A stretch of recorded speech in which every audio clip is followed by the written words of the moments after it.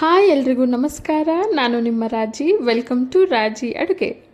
ಇವತ್ತಿನ ವಿಡಿಯೋಲಿ ಹತ್ತಿಯಂತೆ ಮೃದುವಾದ ಸ್ಪಾಂಜಿಯಾಗಿ ಮೊಸರು ವಡೆ ಹೇಗೆ ಮಾಡೋದು ಅಂತ ನೋಡೋಣ. ಬೆಳಗ್ಗೆ ಹೊತ್ತು ಬ್ರೇಕ್ಫಾಸ್ಟ್ಗೆ ಅಥವಾ ಸಂಜೆ ಹೊತ್ತು ಸ್ನ್ಯಾಕ್ಸ್ ಆಗಿ ಈ ಮೊಸರು ವಡೆನ ಮಾಡ್ಕೋಬಹುದು. ತುಂಬಾ ರುಚಿಯಾಗಿರುತ್ತೆ. ಮನೇಲಿರೋರೆಲ್ಲ ತುಂಬಾ ಇಷ್ಟಪಟ್ಟು ತಿಂತಾರೆ.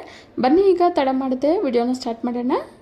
2 ಕಪ್ಪಷ್ಟು ಉದ್ದಿನಬೇಳೆನ 3ರಿಂದ 4 ಸಲ ಚೆನ್ನಾಗಿ ತೊಳೆದು 6 ಗಂಟೆಗಳ ಕಾಲ ನೆನೆಸಿಟ್ಟಿದ್ದೆ. ಈಗ ನೆಂದಿರೋ ಉದ್ದಿನಬೇಳೆನ ಮಿಕ್ಸಿ ಜಾರ್ಗೆ ಸೇರಿಸಿ 1.5 ಇಂಚು ಶುಂಠಿ, 3 ಹಸಿಮೆಣಸಿನ್ಕಾಯಿನ ಸೇರಿಸಿ ಸ್ವಲ್ಪನೇ ನೀರನ್ನು ಸೇರಿಸ್ಕೊಂಡು ನುಣ್ಣಗೆ ರುಬ್ಕೊಳ್ಳೋಣ.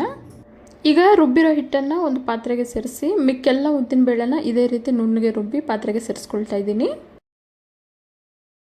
ನಂತರ ರುಚಿಗೆ ತಕ್ಕಷ್ಟು ಉಪ್ಪನ್ನು ಸೇರಿಸಿ ಕೈಯಲ್ಲೇ ಚೆನ್ನಾಗಿ 2ರಿಂದ 3 ನಿಮಿಷ ಬೀಟ್ ಮಾಡ್ಕೊಳ್ಳೋಣ. ಈ ರೀತಿ ಕೈಯಲ್ಲಿ ಬೀಟ್ ಮಾಡೋದ್ರಿಂದ ಅಡುಗೆ ಸೋಡಾ ಬಳಸದೇ ಇದ್ರೂ ಕೂಡ ವಡೆಗಳು ತುಂಬಾ ಫ್ಲಫಿಯಾಗಿ ಚೆನ್ನಾಗಿ ಬರುತ್ತೆ. ಮೊಸರಿಗೆ ಸೇರಿಸೋ ಒಗ್ಗರಣೆ ಮಾಡ್ಕೊಳ್ಳೋದಕ್ಕೆ ನಾನಿಲ್ಲಿ 1 ಟೇಬಲ್ ಸ್ಪೂನಷ್ಟು ಎಣ್ಣೆನ ಸೇರಿಸ್ಕೊಂಡಿದ್ದೀನಿ. ಎಣ್ಣೆ ಬಿಸಿಯಾದ ನಂತರ ಸ್ವಲ್ಪ ಸಾಸಿವೆ, ಸ್ವಲ್ಪ ಕಡಲೆಬೇಳೆ, ಸ್ವಲ್ಪ ಉದ್ದಿನಬೇಳೆ, ಸ್ವಲ್ಪ ಜೀರಿಗೆ, 4 ಒಣಮೆಣಸಿನ್ಕಾಯಿ, ಸ್ವಲ್ಪ ಕರಿಬೇವನ್ನು ಸೇರಿಸಿ ಕರಿಬೇವು ಸೇರಿಸಿದ ನಂತರ 1 ಇಂಚು ಶುಂಠಿಯನ್ನು ಸಣ್ಣ ಕಟ್ ಮಾಡಿ ಸೇರಿಸ್ಕೊಂಡಿದ್ದೀನಿ. ಈಗ ಲೋ ಫ್ಲೇಮಲ್ಲಿ ಒಗ್ಗರಣೆನ ಚೆನ್ನಾಗಿ ಫ್ರೈ ಮಾಡ್ಕೊಳ್ಳೋಣ. ಈಗ ಗ್ಯಾಸ್ ಫ್ಲೇಮನ್ನು ಆಫ್ ಮಾಡಿ ಒಗ್ಗರಣೆ ಪೂರ್ತಿಯಾಗಿ ತಣ್ಣಗಾಗೋದಕ್ಕೆ ಇಡೋಣ.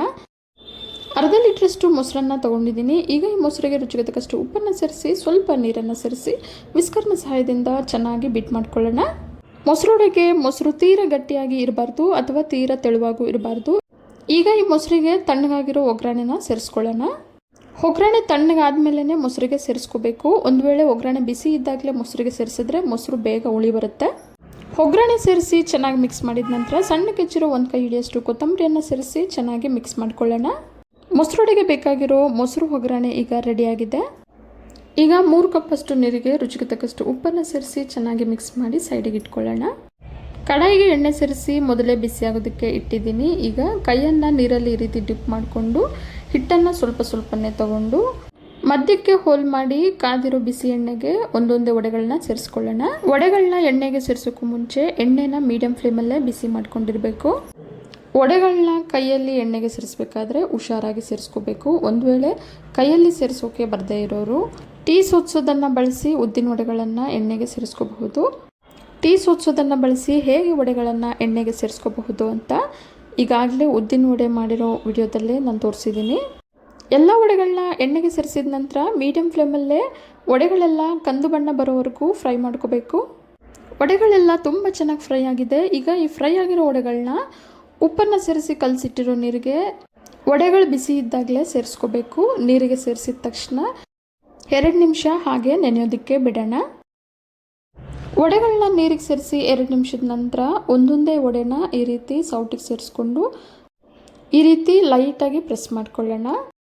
ಈಗ ಈ ವಡೆನ ಒಗ್ಗರಣೆ ಸೇರಿಸಿಟ್ಟಿರೋ ಮೊಸರಿಗೆ ಸೇರಿಸ್ಕೊಳ್ಳೋಣ. ಇದೇ ರೀತಿ ಎಲ್ಲ ವಡೆಗಳನ್ನು ಲೈಟಾಗಿ ಪ್ರೆಸ್ ಮಾಡಿ ಮೊಸರಿಗೆ ಸೇರಿಸ್ಕೊಳ್ಳೋಣ. ಸ್ಪಾಂಜಿಯಾಗಿ ಅತ್ತಿಯಷ್ಟೇ ಮೃದುವಾಗಿರೋ ಮೊಸರು ವಡೆ ಈಗ ಸರ್ವ್ ಮಾಡೋದಕ್ಕೆ ರೆಡಿಯಾಗಿದೆ. ರುಚಿಯಾದ ಈ ಮೊಸರು ವಡೆನ ನೀವು ಕೂಡ ಮನೆಯಲ್ಲಿ ಒಮ್ಮೆ ಟ್ರೈ ಮಾಡಿ ನೋಡಿ. ಹಾಗೆ ನಿಮ್ಗೆ ಹೇಗೆ ಬಂತು ಅಂತ ಕಮೆಂಟ್ ಮುಖಾಂತರ ತಿಳಿಸಿ. ಬೆಳಿಗ್ಗೆ ಬ್ರೇಕ್ಫಾಸ್ಟ್ಗೆ ಅಥವಾ ಸಂಜೆ ಈವ್ನಿಂಗ್ ಸ್ನ್ಯಾಕ್ಸ್ ಆಗಿ ಈ ಮೊಸರು ವಡೆನ ಮಾಡ್ಕೋಬಹುದು. ಮನೆಯಲ್ಲಿರೋರೆಲ್ಲ ತುಂಬಾ ಇಷ್ಟಪಟ್ಟು ತಿಂತಾರೆ.